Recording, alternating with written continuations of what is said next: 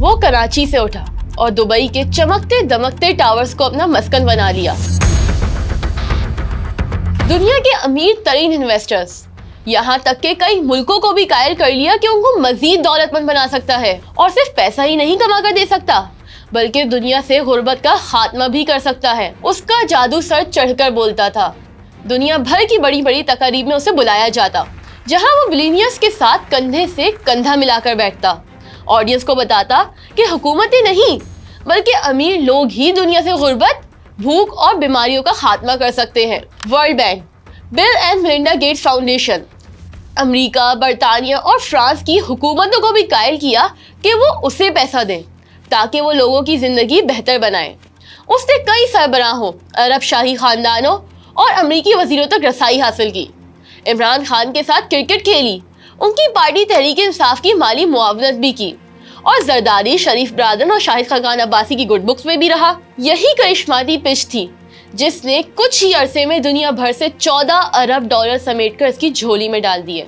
उसकी बनाई गई प्राइवेट इक्विटी फर्म ने दुनिया भर में तकरीबन 100 कंपनीज के शेयर्स खरीदे। ऐसे शहरों में मुनाफा कमाने के मौके ढूंढे जो इन्वेस्टर शायद नक्शे पर भी तलाश न कर सके। उसका उरूज सर चकरा देने वाला था। लगता था आसमान की बुलंदी भी कम पड़ जाएगी और उसकी कामयाबियों को कभी सवाल नहीं आएगा। लेकिन फिर वो वक्त आया कि बरसों में बनाई ये एम्पायर महीनों में जलकर खाक हो गई। इल्जामात लगे कि इस शख्स का असल मकसद अमीरों का पैसा गरीबों पर खर्च करना नहीं बल्कि खुद अमीर बनना था। वो असल में इन्वेस्टर्स का पैसा अपनी शहाना जिंदगी और जाती मकासद पर खर्च कर रहा था। कई बार तो ऐसा होता कि जब कोई इन्वेस्टर मुनाफा मांगता तो किसी नए इन्वेस्टर से पैसा लेकर इसे दे देता, यानी वो अपनी फर्म को बिल्कुल एक पॉलिसी स्कीम की तरह चला रहा था। वो कौन था? ये कहानी है अबराज ग्रुप के बानी और सीईओ आरिफ नकवी की। दुनिया भर में अपने प्राइवेट जेट में घूमने वाले आरिफ नकवी की कुल कायनात अब महज एक लंदन का अपार्टमेंट है। 2019 में गिरफ्तारी के बाद वो अपने इसी घर में कैद है। इंतजार है तो बस इस बात का कि कब उन्हें अमेरिका के हवाले किया जाता है। कहा वो वक्त जब लगता था कि इनका ख्वाब, इनका एम्बिशन इतना बड़ा है कि उसे पूरा करने में शायद एक जिंदगी कम पड़ जाए, और कहा ये हाल कि आज इतनी तवील कैद का सामना है कि शायद 4 जिंदगियां भी कम पड़ जाए, यानी कि 291 साल कैद की सजा।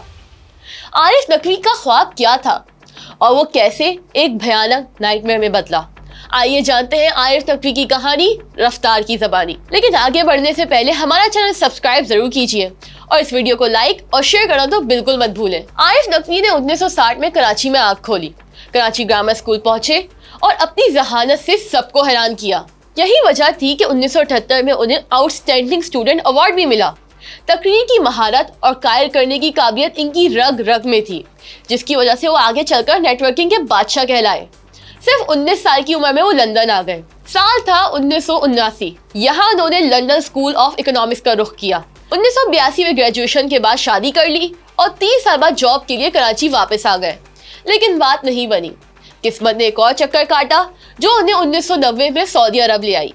यहाँ उन्होंने उलियान ग्रुप ज्वाइन किया और जल्द ही अपने बॉस सुलेमान उलियान की आंख का तारा बन गए। लेकिन 30 साल के आरिफ नकवी के इरादे कुछ और ही थे। उन्होंने अमीरों के लिए काम नहीं करना था बल्कि खुद अमीर बनना था। उनके अज़ाइम का अंदाजा सुलेमान उलियान से होने वाली उस गुफ्तगू से लगाया जा सकता है जब आरिफ नकवी ने कहा कि वो कंपनी छोड़ना चाहते हैं। सुलेमान बोला, तुम अभी जवान हो, इस ग्रुप में कोई भी नौकरी कर सकते हो, क्या करना चाहोगे? आरिफ ने कहा, चीफ आप मुझे वो नहीं दे सकते जो मैं चाहता हूँ। सुलेमान ने पूछा, मगर क्यों? आरिफ नकवी का जवाब था, मैं आपकी जगह चाहता हूँ। अब आरिफ नकवी एक कंपनी बनाना चाहते थे, लेकिन यहाँ एक मसला था। किसी भी पाकिस्तानी के लिए सऊदी अरब में कंपनी खोलना नामुमकिन था, क्योंकि सिर्फ सऊदी शहरी ही कंपनीज कायम कर सकते थे। इसीलिए वो 1994 में मुत्तहदा अरब अमारात आ गए। यहाँ कपोला ग्रुप के नाम से अपनी इन्वेस्टमेंट फर्म लॉन्च की। शुरू में कुछ नाकामियां तो हुई, लेकिन फिर एक बड़ी कामयाबी मिली। आरिफ नकवी ने इंचकेप ग्रुप नामी एक कंपनी का मिडिल ईस्ट बिजनेस खरीद लिया और सिर्फ 2 साल में $71 मिलियन के मुनाफे पर इसे बेच दिया। अगली बड़ी डील बनी कोरियर कंपनी RMX की, जिसे मिडिल ईस्ट का फेडेक्स कहा जाता था। जिस प्राइवेट इक्विटी फंड के जरिए RMX को खरीदा गया, उसका नाम रखा गया अबराज। जी हाँ, आरिफ नकवी अब वाकई राज करने वाले थे। You can do good and make profits at the same time. Arif Naqvi जिस मॉडल पर काम कर रहे थे उसकी दिलचस्प बात ये थी कि नई कंपनी खरीदने पर उनका अपना पैसा कम ही इस्तेमाल होता था। वो जो कंपनी खरीदना चाहते उसे कोलैटरल के तौर पर रखवा कर कर्ज ले लेते और उसी रकम से कंपनी खरीद लेते। फिर उस खरीदी गई कंपनी से हासिल होने वाले प्रॉफिट से वो कर्जों की अदायगी करते। इसको बिजनेस टर्म में लेवरेज्ड बायआउट कहा जाता है। बहरहाल 2005 में अबराज ने आरएमएस कोरियर कंपनी में अपने शेयर्स बेच दिए। इस बार $85 मिलियन मिले, जो लगाए गए $15 मिलियन से 5 गुना ज्यादा थे। उसी साल आरिफ नकवी ने अबराज के दूसरे प्राइवेट इक्विटी फंड के लिए $500 मिलियन भी इकट्ठे कर लिए। अब वो मुकम्मल तौर पर एक मुख्तलिफ शख्स थे। उनका अपना प्राइवेट जहाज था और बरतानिया समेत कई मुल्कों में उनकी प्रॉपर्टीज थी। ज्यादा वक्त नहीं गुजरा कि आरिफ नकवी को अंदाजा हो गया कि एक बिजनेसमैन के लिए चैरिटी वर्क कितना अहम है। ये उसके स्टेटस और इन्फ्लुएंस को जाहिर करने और उसे बढ़ाने का कितना अहम जरिया है। इसलिए बिल और मिलिंडा गेट्स के नक्शे कदम पर चलते हुए आरिफ नकवी और उनकी बेगम फायजा नकवी ने पाकिस्तान में $100 मिलियन से अमन फाउंडेशन की बुनियाद रखी। ऐसी खिदमात की वजह से पाकिस्तान ने इन्हें सितारे इम्तियाज जैसा अहम कौमी एजाज भी दिया। अबराज को बने 7 साल हो चुके हैं। अब आरिफ एक मिलीनियर है। आए दिन वो किसी न किसी मुल्क में इन्वेस्टर से मीटिंग करते नजर आते। स्विट्जरलैंड के शहर डेवोस में वर्ल्ड इकोनॉमिक फोरम का इजलास तो उनकी तवज्जो का मरकज होता। वो हर साल पाबंदी के साथ इसमें शरीक होते और अपनी और अबराज की तशरीह पर लाखों डॉलर्स लगाते। ऐसी कॉन्फ्रेंस में आरिफ नकवी मगरिब के सरमायाकारों को बताते कि किस तरह वो पाकिस्तान, इंडिया, नाइजीरिया, कीनिया और ऐसे मुल्कों में इन्वेस्ट करके अच्छे पैसे बना सकते हैं और गुर्बत का खात्मा भी कर सकते हैं। वो बताते कि डेवलपिंग कंट्रीज में हुकूमतों के पास स्कूल, अस्पताल और ट्रांसपोर्ट एंड कम्युनिकेशन नेटवर्क बनाने के लिए टैक्स की इतनी आमदनी नहीं होती। इसलिए सरमायाकार आगे बढ़े और ये खिदमत फराहम करें और हाँ, साथ ही मुनाफा भी कमाएं, यानी नेकी और कमाई साथ साथ। But the reality is we're profitable already. When you're operating 24 hospitals and you're catering to the middle classes, let me tell you, the floodgates of capital will open because everyone wants to make a profit and that's how it will happen. मगरिबी सरमायाकारों को भला और क्या चाहिए? आरिफ नकवी की कहानी बिकती गई और अबराज पर करोड़ों अरबों डॉलर्स की बारिश होती चली गई। लेकिन अबराज के इस रोशन चेहरे के पीछे एक तारीक पहलू भी था, जो उसके इन्वेस्टर्स बल्कि यहाँ तक के मुलाजमों से भी छुपा हुआ था। इल्जाम लगाया जाता है कि अबराज के दुबई हेडक्वार्टर्स के अंदर एक खुफिया ट्रेजरी डिपार्टमेंट था। इस यूनिट की निगरानी आरिफ के बहनोई वकार सिद्दीक और एक पाकिस्तानी अकाउंटेंट रफीक लखानी कर रहे थे। ये दोनों कई साल से आरिफ के साथ थे और शुरू से ही इन्वेस्टर्स के पैसों का गलत इस्तेमाल कर रहे थे। Financial regulatory agency Dubai financial services authority की शराइत के मुताबिक अबराज पर लाजिम था कि हर वक्त दुबई के बैंक अकाउंट में चंद मिलियन डॉलर्स रखें। लेकिन हकीकत ये थी कि अबराज असल में कोई एक कंपनी नहीं थी, ये तो 300 से ज्यादा कंपनीज का उलझा हुआ जाल था। ये कंपनी ज्यादातर ऐसे मुल्कों में थी जहां फॉरेन इन्वेस्टर्स नरम कवानीन की वजह से बहुत कम टैक्स देकर अपना सरमाया लगा सकते हैं। ऐसी जगहों को टैक्स हेवन कहा जाता है। दुबई में कायम कंपनी अबराज कैपिटल लिमिटेड तो इस आलमी नेटवर्क का सिर्फ एक छोटा सा हिस्सा थी। अबराज की 2 सबसे अहम कंपनियां केमन आइलैंड्स में रजिस्टर्ड थी, दुबई रेगुलेटर की पहुंच से हजारों किलोमीटर दूर। ये 2 कंपनियां थी अबराज इन्वेस्टमेंट मैनेजमेंट लिमिटेड और अबराज होल्डिंग्स लिमिटेड। दुबई में मौजूद अबराज कैपिटल लिमिटेड दुबई के रेगुलेटरी कवानीन की मुसलसल खिलाफवर्जी कर रहा था। वो इस तरह की कंपनी का दुबई बैंक अकाउंट चंद मिलियन डॉलर्स रखने के बजाय ज्यादातर खाली रहता। लेकिन हर क्वार्टर के खत्म होने से पहले जब रेगुलेटर को बैंक अकाउंट में वो मौजूदा रकम दिखानी होती तो आरिफ और इनके साथी होशियारी से रकम मुंतकिल कर देते ताकि ये लगे कि वहाँ मतलूबा रकम मौजूद है। फिर क्वार्टर के खात्मे के चंद रोज बाद ही अकाउंट दोबारा खाली कर दिया जाता। ये एक तरह की विंडो ड्रेसिंग थी। फिर तो ये अबराज की आदत ही बन गई। लेकिन अबराज के क्लाइंट्स और मुलाजिम सब इससे लाइम थे। उन्हें तो सिर्फ वही नजर आता जो आरिफ नकवी इन्हें दिखाना चाहते और इनकी इस बनावटी दुनिया में रावी चैन ही चैन लिख रहा था। आरिफ नकवी की जिंदगी का सबसे बड़ा और अहम प्रोजेक्ट शायद कराची इलेक्ट्रिक था। माजी में से कराची इलेक्ट्रिक सप्लाई कॉर्पोरेशन यानी KESC कहा जाता था। ये सरकारी इदारा बरसों से कराची वालों को बिजली फराहम करने में नाकाम था। घंटों की लोड शेडिंग से आए दिन एहतजाज और हंगामे होते। ये इदारा कितने बुरे हाल में था उसका अंदाजा इस बात से लगाएं कि परवेज मुशर्रफ की फौजी हुकूमत भी इसको सीधा करने में नाकाम रही। 2005 में हुकूमत ने कंपनी को प्राइवेटाइज करने का फैसला किया तो अबराज को भी ऑफर हुई, लेकिन इसने डील से इनकार कर दिया। हुकूमत ने सऊदी और कुवैती इन्वेस्टर से मुआहिदा कर लिया और KESC के 71% शेयर्स बेच दिए, लेकिन मामला जू के तू रहे। वही लोड शेडिंग, वही हंगामे। फिर सितंबर 2008 में जरदारी हुकूमत आ गई और अबराज को एक बार फिर KESC खरीदने की ऑफर हुई। इस बार आरिफ नकवी मान गए। ये डील यकीनन अबराज के लिए एक बहुत बड़ा रिस्क थी, लेकिन आरिफ नकवी ने इसे एक चैलेंज के तौर पर लिया। उनका ख्याल था कि अगर KESC के मामला ठीक कर दिए तो एक कामयाब इन्वेस्टर के तौर पर इनकी धाक बैठ जाएगी। नवंबर 2009 में ताबिश गौहर को KESC का चीफ एग्जीक्यूटिव बनाया गया। इनके टारगेट्स बिल्कुल वाज़ेह थे, बिजली की पैदावार और रेवेन्यू बढ़ाना, जबकि चोरी और लागत घटाना। कॉस्ट कटिंग के लिए 17,000 मुलाजमों में से 1/3 और घोस्ट वर्कर्स को निकालना, अकरबा परवरी को खत्म करने, अदायगी न करने वाले सार्फिन की सप्लाई काटने और गैर कानूनी लाइनें यानी कुंडे खत्म करने का मंसूबा बनाया गया। और फिर बज़ाहिर नामुमकिन नजर आने वाले ये अहदाफ किसी हद तक हासिल कर लिए गए। जब KESC ने जून 2012 में अपनी रिपोर्ट जारी की तो मुलाजमीन की तादाद कम होकर तकरीबन 11,000 रह गई थी और 17 सालों में पहली बार ऐसा हुआ कि कंपनी ने प्रॉफिट कमाया। उधर लोड शेयरिंग में भी कमी आ चुकी थी।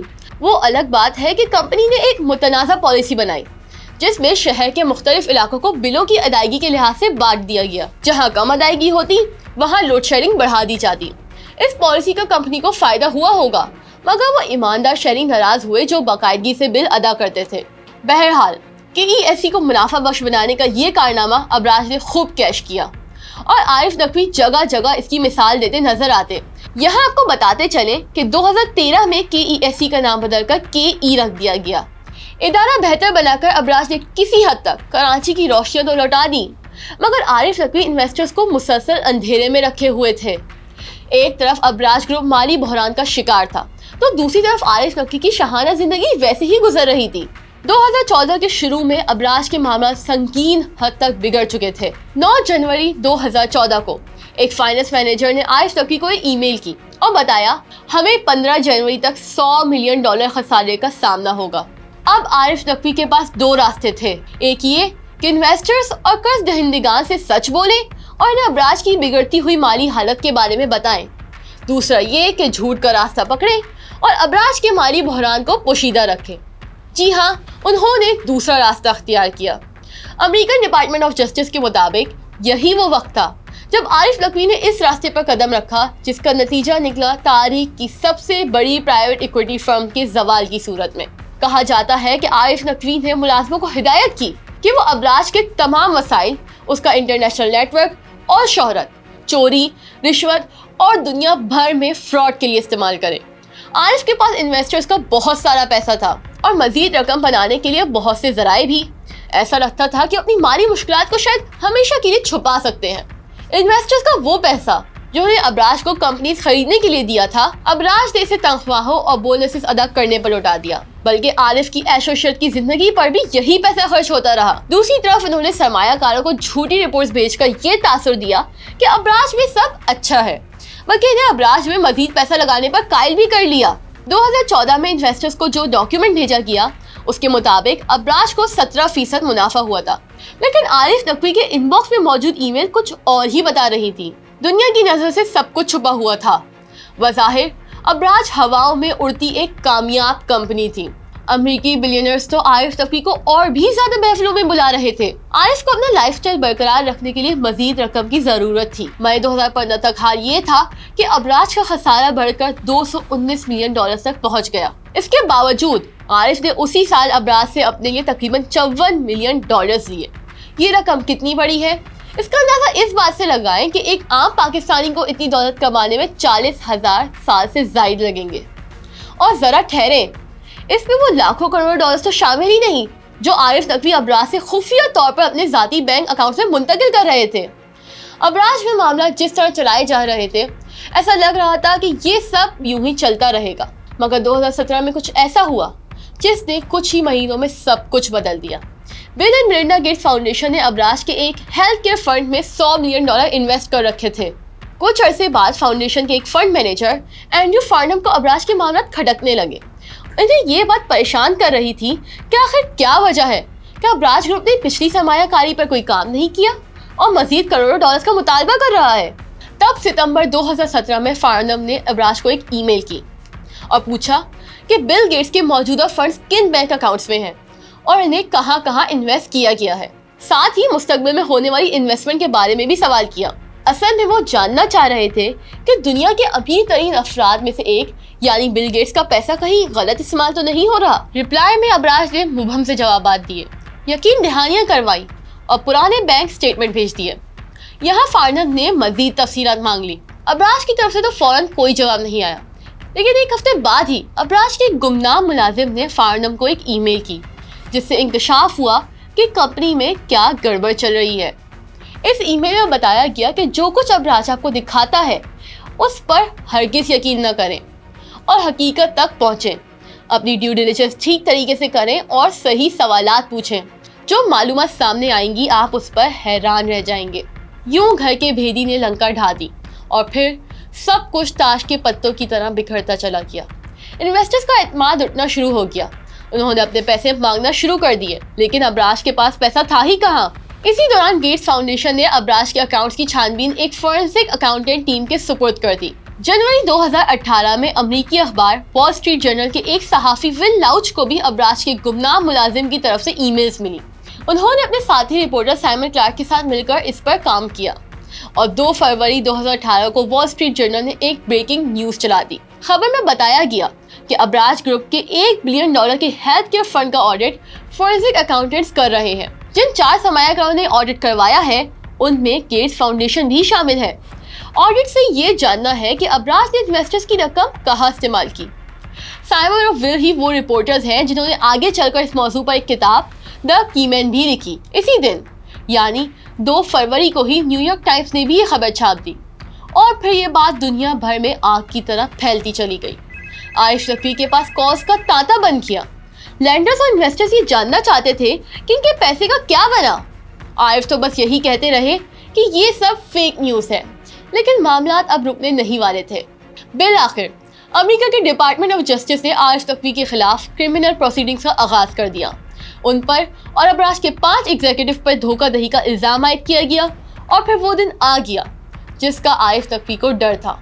10 अप्रैल 2019 बुध के रोज लंदन के हीथ्रो एयरपोर्ट पर detective constable Matthew Benedict Islamabad से आने वाली एक फ्लाइट का इंतजार कर रहे थे। ऑफिसर का ताल्लुक मेट्रोपॉलिटन पुलिस के एक्सट्रेडिशन यूनिट से था। जैसे ही तैयारी ने जमीन को छुआ वो अलर्ट होकर एक्शन के लिए तैयार हो गए। पैसेंजर्स एक एक करके तैयारी से बाहर आ रहे थे और इन्हीं में मौजूद थे आरिफ नकवी, जिन्हें जहाज से उतरते ही बेनेडिक्ट ने गिरफ्तार कर लिया। बेनेडिक्ट ने आरिफ के हाथ से सफरी बैग लिया जिसमें 4 पासपोर्ट्स थे, 2 पाकिस्तान के, तीसरा कैरेबियन मुल्क सेंट किट्स एंड नेविस का और चौथा इंटरपोल की सफरी दस्तावेज। कहा जाता है कि अगर आरिफ नकवी के इलेक्ट्रिक को वक्त पर बेच देते तो शायद बहुत से मसाइल पैदा ही नहीं होते। अक्टूबर में चीन की शंघाई इलेक्ट्रिक ने ऐलान किया कि वो के इलेक्ट्रिक को $1.7 अरब में खरीदने जा रही है। इस डील से अब्राज को 570 मिलियन का फायदा होना था, लेकिन न जाने क्यों ये डील बरसों लटकी रही और आज भी यही हाल है। आरिफ नकवी पर एक और इल्जाम भी था और वो ये कि 2016 में के इलेक्ट्रिक की डील की फाइल को पहिए लगाने के लिए उन्होंने साबिक वजीर आज़म नवाज शरीफ के एक करीबी साथी को $20 मिलियन की रिश्वत ऑफर की। ये खबर हैरत अंगेज तौर पर 2018 में सामने आई जब तहरीक-ए-इंसाफ हुकूमत में थी, लेकिन इस दौर में भी इस पर कोई कार्रवाई देखने में ना आई। उल्टा आरिफ नकवी अपनी गिरफ्तारी से पहले कई मीटिंग्स में इमरान खान की टीम के साथ बैठे नजर आए। जुलाई 2022 में बरतानवी अखबार फाइनेंशियल टाइम्स ने बताया कि आरिफ नकवी की कंपनी वॉटन क्रिकेट लिमिटेड ने 2013 में तहरीक-ए-इंसाफ को $2.12 मिलियन के फंड ट्रांसफर किए। यही नहीं, अप्रैल 2019 में गिरफ्तारी के वक्त आरिफ नकवी ने पुलिस ऑफिसर को जो 7 टेलीफोन नंबर लिखवाए थे उनमें से एक नंबर इमरान खान का भी था। बहरहाल मई के महीने में आरिफ को बेल तो मिल गई, लेकिन इन्हें इनके लंदन के फ्लैट पे कैद कर दिया गया। उनके पाँव में एक ब्रेसलेट पड़ा रहता है जो इनकी हर हरकत पर नजर रखे हुए है। ये थी अब्राज के बानी आरिफ नकवी की कहानी, लालच और धोखेबाजी की दास्तान। लेकिन ये सिर्फ आरिफ नकवी ही नहीं, इन बहुत से अमीर तरीन इन्वेस्टर्स की भी कहानी है जो मुनाफे के लालच में अबराज पर अंधा एतमाद करते चले गए। ये अबराज के उन एग्जीक्यूटिव्स की भी कहानी है जिनकी जुबानें उनकी भारी भरकम सैलरीज ने तब भी बंद रखी जब वो सच जान चुके थे। ये शायद उन बहुत से इंसानों की कहानी है जो बहुत जल्द बहुत सा पैसा कमाने की जुस्तजू में फाश गलतियां कर जाते हैं। अपने अंजाम से बेखबर ये लोग जब एक बार पैसे को मंजिल बना लें तो फिर इन्हें किसी की परवाह नहीं रहती और फिर दुनिया पर राज करने का ख्वाब ताराज पर ख़त्म होता है।